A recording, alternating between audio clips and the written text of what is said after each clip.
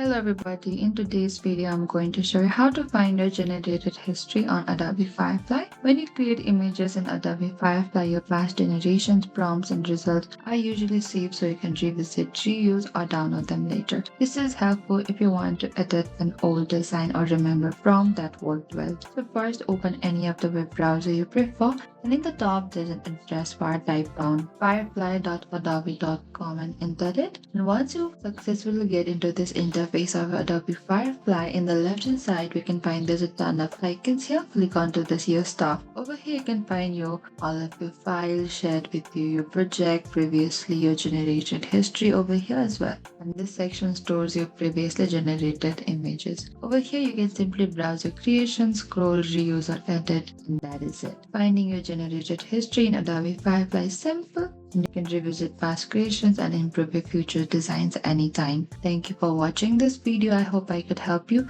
If you have any queries or confusion, please comment down below and we will reach out to you very soon.